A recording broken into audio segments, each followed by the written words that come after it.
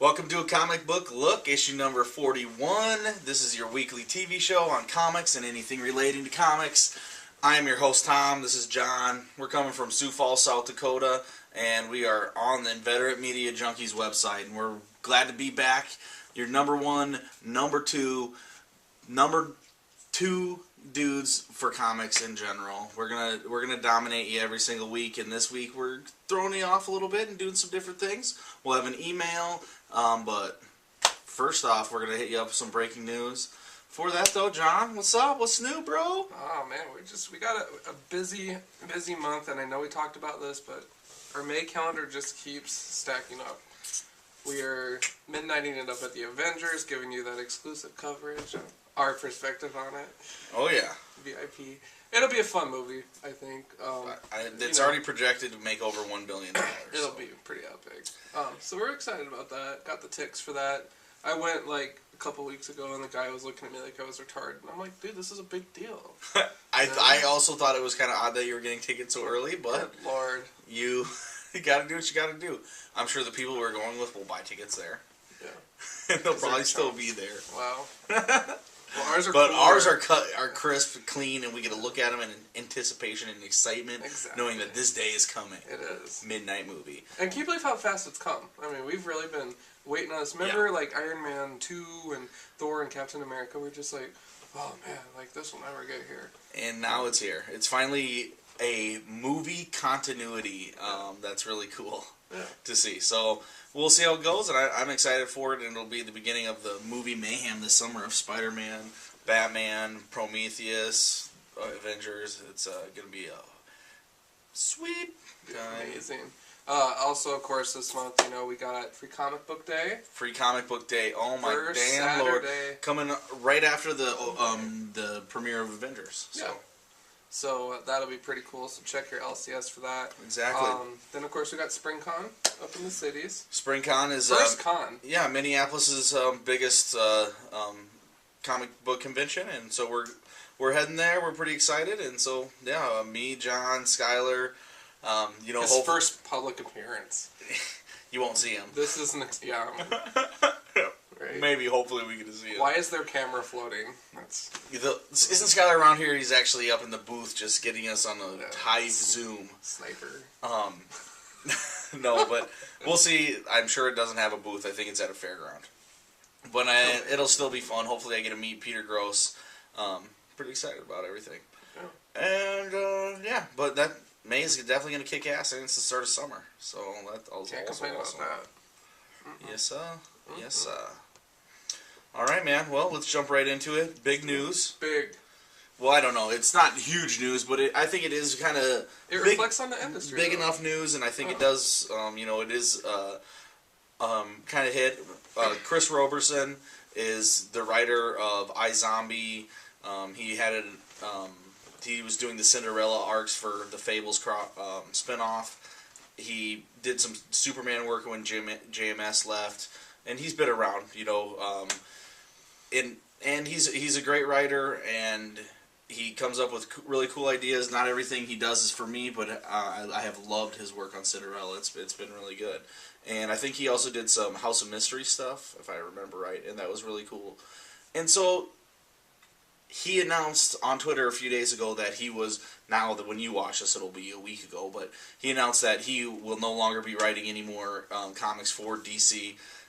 After the ones that he's already been set to write. And then DC, he answered some questions about it, and he's stating that just the moral differences and how, DC's characters that they portray have, the overall metaphor of, do good, be good, there's good and evil, you do the right thing, above all else. And he felt like, though the superheroes portrayed that, the company did not, and in turn he had to take the higher ground and say that he was never going to work for them.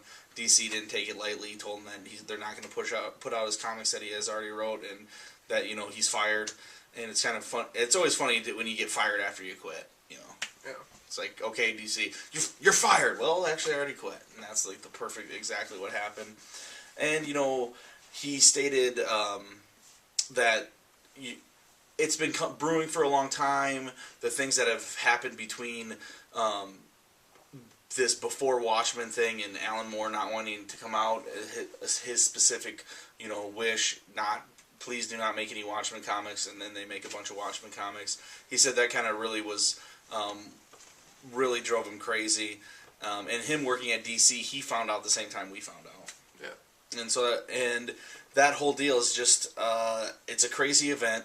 I mean, a writer who has his own book is coming out and saying, I am not going to work for this company, and now he is not working for this company, burning that bridge. He's not going to be able to work for him again. Yeah. And I'm sure Marvel isn't going to want to hire him after he's doing this. Who knows if he would never want to work for Marvel, because I guess my ideals, Marvel's worse, on how they treated Kirby. Yeah. But it is just kind of all stems from all the dirty things that happen in the comic book industry, and I think it's a really good point how he compared it to like the superheroes. So what do you think of the whole thing? Well, Sorry, I don't know. Yeah. My rant. No, you're good, dude. That's exactly what it is. Big rant, and that's just kind of one of those things. Is business is always an ugly thing, and it's a shame that it has to impact the comic, because you think that the fans and everything, it's such a fun environment, and that's what I always vouch for. But then when you get into the business side of it, money and all this crap, and shareholders that don't know dick about comics, and it just, unfortunately, I mean, that's the way it works. It sucks, though, and everybody knows that. One question I had, I guess, while reading it was, there was the articles. There was a lot of just negativity in general about creator relations with the big two primarily. So, what about? I mean, I don't hear these things. I haven't heard these things from like IDW, Image, and Image I know, and so forth. But just kind of some of the not big two places. Are those kind of, oh, I don't like how DC and Marvel do things kind of places, so we're going to do it a little bit differently.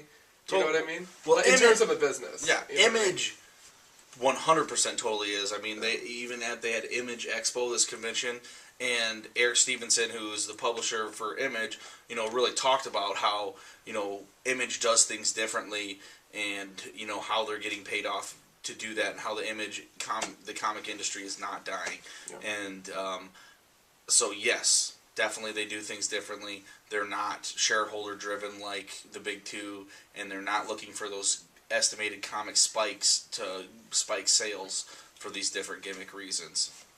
And so it's just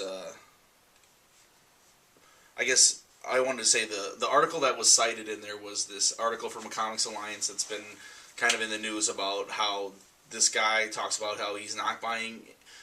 The guy who writes this opinionated column talks about he's not going to buy DC or Marvel comics. He will not be seeing the Avengers movie because of the treatment of Alan. Basically, comes down to the treatment of Alan Moore from DC and the treatment of Jack Kirby from Marvel. And he goes in to explain like all this shit, just bringing it up. And when you see it all in this giant context, it's almost like you're really feeling like, we support these places on a weekly basis. Every single week I support DC and Marvel. And it's like, am I supporting some things that I shouldn't? Am I supporting these creators that work really hard at write this and they don't have the whole higher ups, the puppet masters?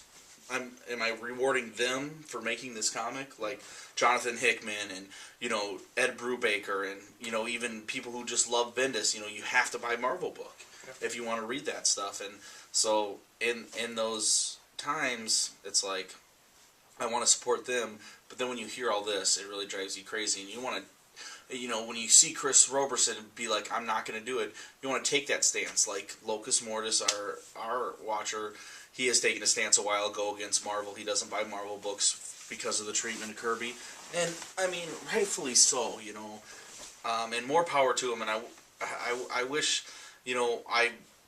I guess I don't know why it doesn't affect me enough where I'm not going to say I'm not going to buy Marvel and DC comics. Probably because I still love reading comics. I still love these characters, and I do respect the writers who make them. And it is kind of a crazy thing that has happened with this, but then it kind of makes you look at how you portray your comics and who you support and what business you do, and that article is crazy. What did you think of that article? Lengthy. Yeah. But someone that did their research, and whether or not it's pro comic industry or not comic industry, and I shouldn't even use that term because the big two aren't the whole comic industry, certainly, but there was a lot, just kind of a lot of negativity, I guess, about the business side of it. Obviously not all deals go like that because books are still churning out, people are still getting paid, and artists are very excited about working for, certain labels and so forth. So, I don't know. I mean, it's hard. I mean, you can't just stop getting your favorite characters, like the books that your characters are in that are good, and they still put out good material. Granted, some of it sucks now. Totally, and it's like everywhere, And as excited as we just talked about it at the beginning of the show for the Avengers, we are excited for it, and you're right, Jack Kirby, I mean, they were right in this thing. He's talks about it, a lot about it. Jack Kirby, and co-created almost every single one of these characters, and you will not see his name anywhere on this film ever, and that's fucked up. And his family is not his estate isn't going to be getting any money from Marvel making approximately $1 billion after this is all said and done. It's like you have some room to spare, you have some room to take some higher ground and pay these people, even if it is a small amount. At least you're paying them. And I don't know. It's crazy. It almost makes you wonder, how can a situation like that be rectified? Because money would talk, with those zeros behind it, but would it truly, would more be like, yeah, I'd love to come. No, I highly doubt it, because it's not even like a pride issue. It's just you blue-balled or you blackballed. Yeah, I mean, I read an article where he was offered like a huge amount of money, like a few years ago, and the rights to Watchmen, if he let DC do Watchmen prequels, and he said no.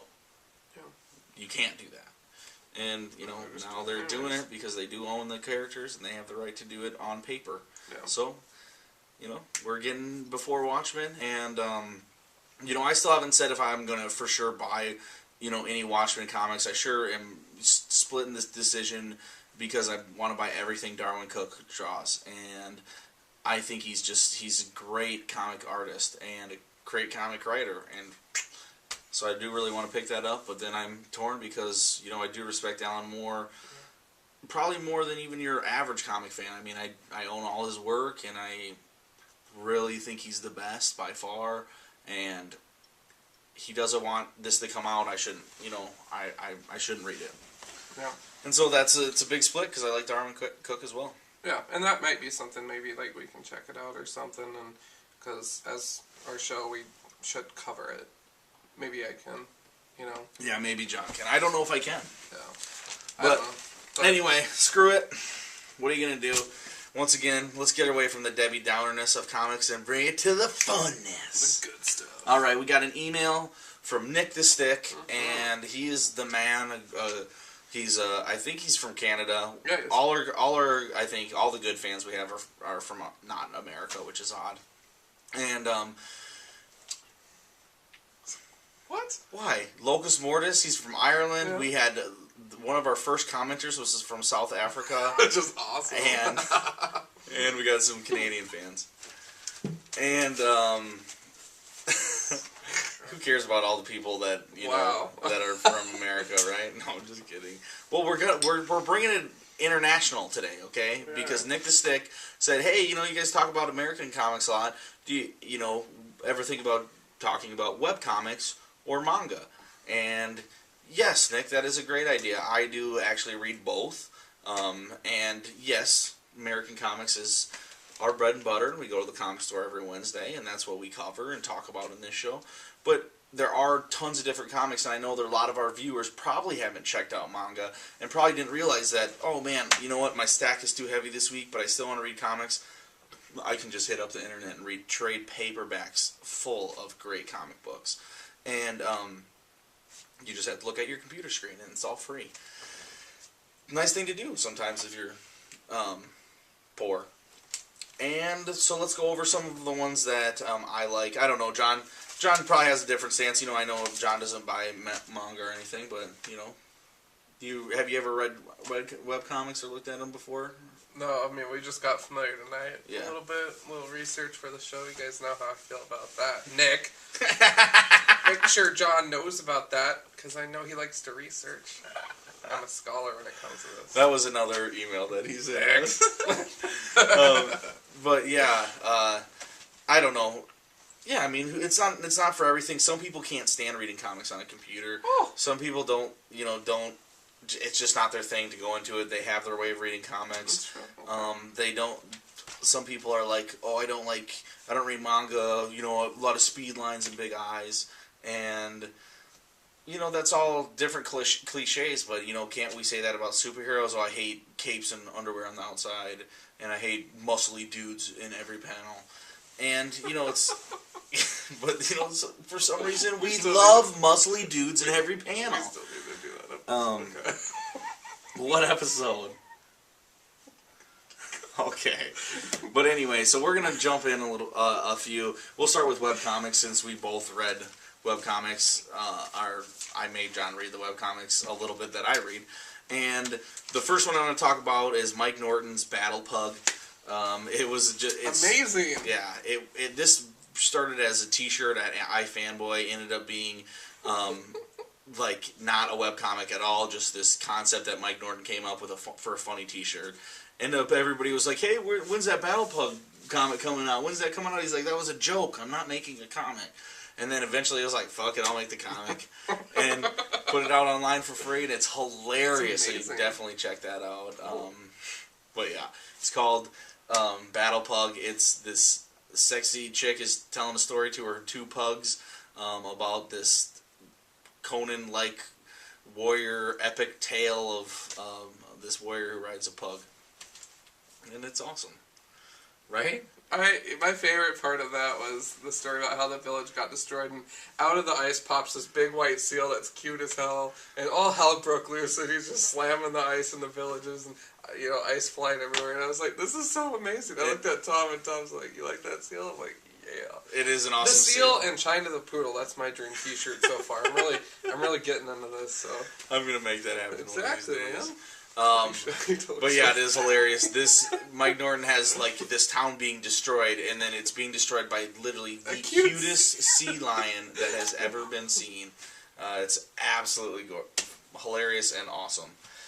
Next one, Dr. McNinja. It's been a webcomic that's been going for years, and it's about this surgeon who is also a ninja, and it's amazing. It is just so ridiculously random and hilarious, and it's so worth. Started in black and white, and it's gone on forever. Now they do full color. I think it comes out about 2 to 3 times a week. It's pretty amazing. And it is pretty amazing. Issue 3, there's a raptor in my office.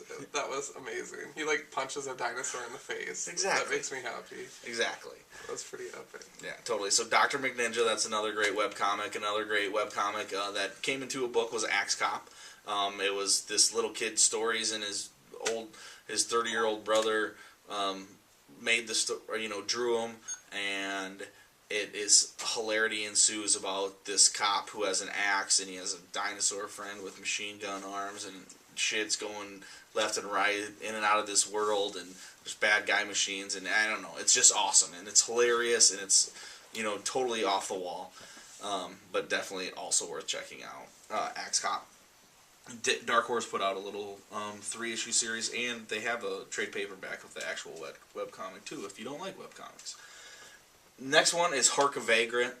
I don't know, did you get a good feel for this one at all? I kind of actually like that one a lot, because it's funny. Oh, very blunt character, and it's just, the situations are just really, my baby's sick, it's upside down, ma'am.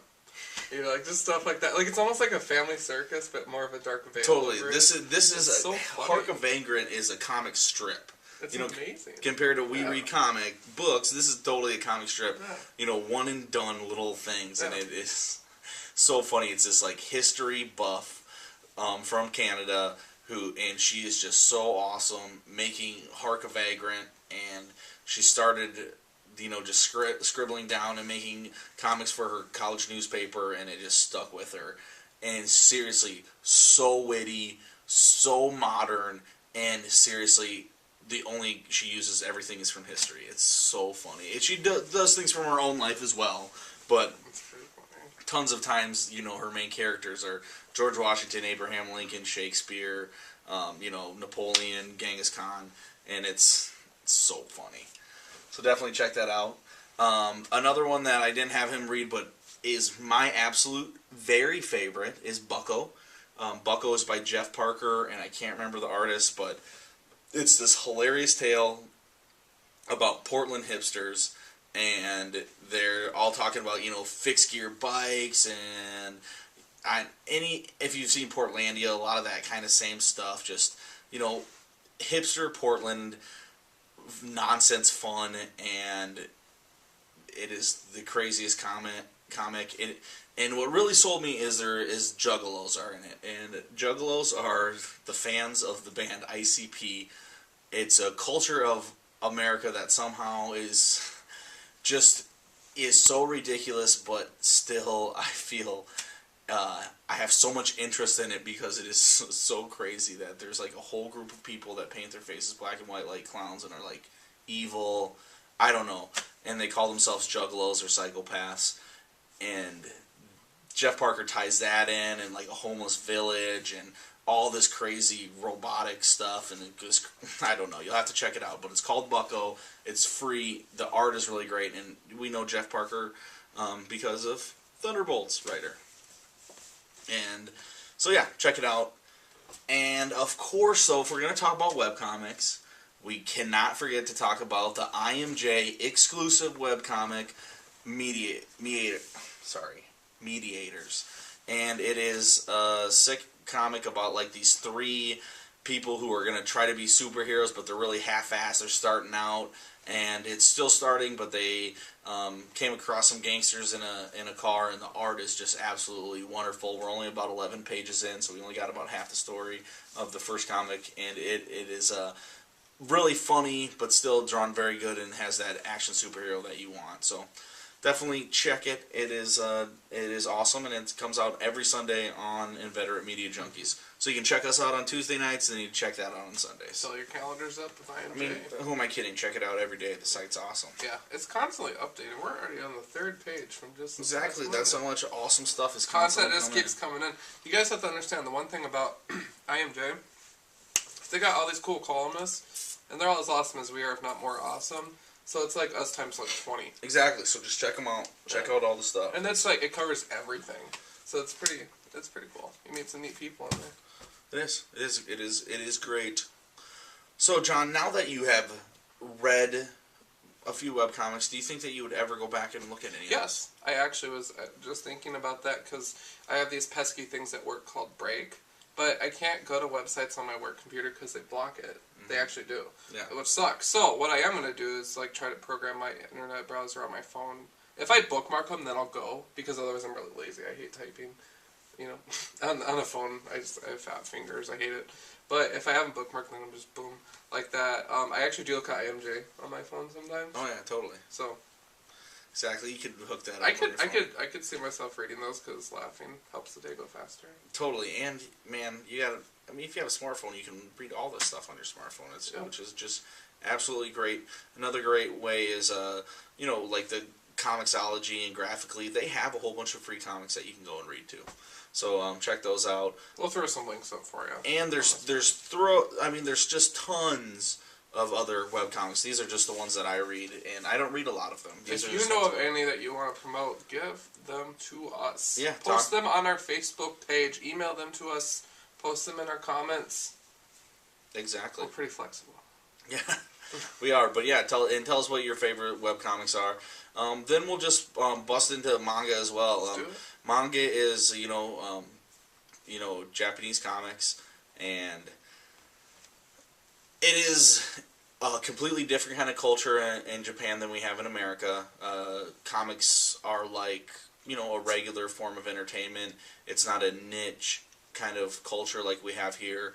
Everybody reads comics. You get like newspaper-like comics. There's, comics come in serialized big, you know, on newspaper print, and you read them and you can throw them away, and then you wait till the next one. It's just like watching a TV episode, and you know, there's hundreds of thousands of people read every single week, you know, way more than America. And then once that has been collected into a complete story, from these anthologies that come out every week in Japan, they take those certain stories, put them together, and then they translate them and then give us the books. And then we get books in these forms that read backwards most of the time. This one doesn't, but you know, you're going to read it to us backwards, and once you get over that, really, manga is a lot of times a lot more inventive and out there comics and better comics than what we find here in America. It is a lot different. We're not getting color. You go through them a lot quicker. They're made to be read quick. You know, and when you have a book though like Monster or Eagle, I mean, these books are seriously so in depth and so genius that, I mean, when I've read Monster, I had goosebumps for like 10, probably 10 different times throughout this one book. I had goosebumps. By the time I got to the 4th volume, I was like, there has never been a better writer. And we talked about him before, and when we talked about creators, he was on my top, top creators of all time. And so it is a medium that, just like America, you know, people read, they go to the store, but just unlike America, a lot more people are doing it. And I wish we could kind of get that here. I mean, it's shown that if you make comics that a lot of people can read, and they don't always have superheroes in it, other people read it. In turn, we get them, and they're awesome. These are some ones I like: Monster, Eagle. America does their best at duplicating it. This is Jill Thompson's Death book. It's kind of in the manga series kind of style. She kind of draws it in that style, and it's really cool. How about Canada's best manga of all time, Scott Pilgrim. We all love it. Gantz #1, the one that Jose really got me on. That is a great book. And then The Hunger Games, just a great manga. That came out, and they made a movie about it recently. You might have seen it. The Hunger Games was in the news recently, but it is absolutely amazing. So definitely check this out. Based on the movie? Yeah, this is The Hunger Games. So just check it out. Cool. Yep. And not exactly The Hunger Games, but this is what The Hunger Games ripped off. And so this is like the cool version. Yes, exactly. Totally. This is totally the cool version. And ours, The Hunger Games, is the lame version ripoff. Oh. But I still went to it, and I thought it was an okay movie. So, but anyway, yes, Nick, I do read it. I don't read it as much as I read the other books, and there are some of the downsides I feel that manga does have is I can get through an issue pretty darn quickly. I can get through one volume pretty quickly, and I'm paying $10 for it. And so, yes, when it's as good as Monster, I have no problem paying that. But sometimes, you know, it's hard to get in there. Gantz is on like volume 30, and I have 1 through 10, and I don't know if I'll continue going, just because I just can't probably afford it. I buy so many other things. So yes, it's great. When I see it at the used comic book shop, I always pick it up. Like, I got this Battle Royale 1, 2, 3, these oversized deluxe hardcovers, and I got them for $4 a pop. That's awesome. On half price day at the used comic book shop. I mean, at the Last Stop CD shop. So yeah, you can definitely find good deals, and then it is really good, and it's definitely worth opening your horizons, guys. You know, if you say, "Oh, I don't read this," you know, it's like, come on, don't be that guy. Okay, you read comics, you can totally read the same stuff, and a lot of times you'll realize that it's just as good, if not better. Yeah. Totally, that was kind of a weird show of a comic book look. I like our episode. You know, I like the offness of what our subjects are. Yeah. Kind of an indie episode from our stock.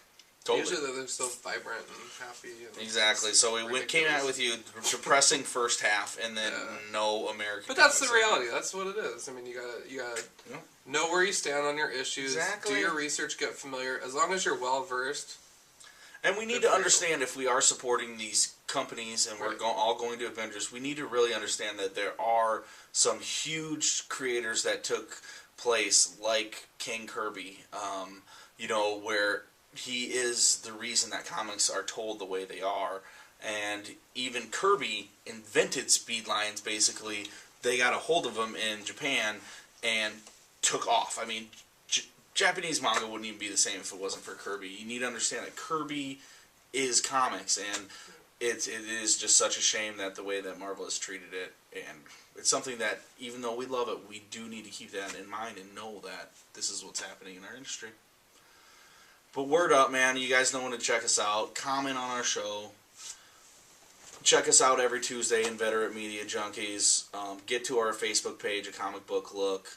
And give us some more ideas, some more emails. We want to keep them coming. And we'll keep these shows coming, bro. Excellent. Yes, indeed. Anything else on the radar? I got nothing, man. Nada. Take another of my drink of my beer, and we'll call it a good night. Bear. Excellent. Thanks for tuning in, you guys. Episode 41. Check us out at VeterateMediaJunkies.com. You know the drill. Same face. You know the name. Comic Book Look, Facebook, Gmail, Skype. Get at us. Keep it comics.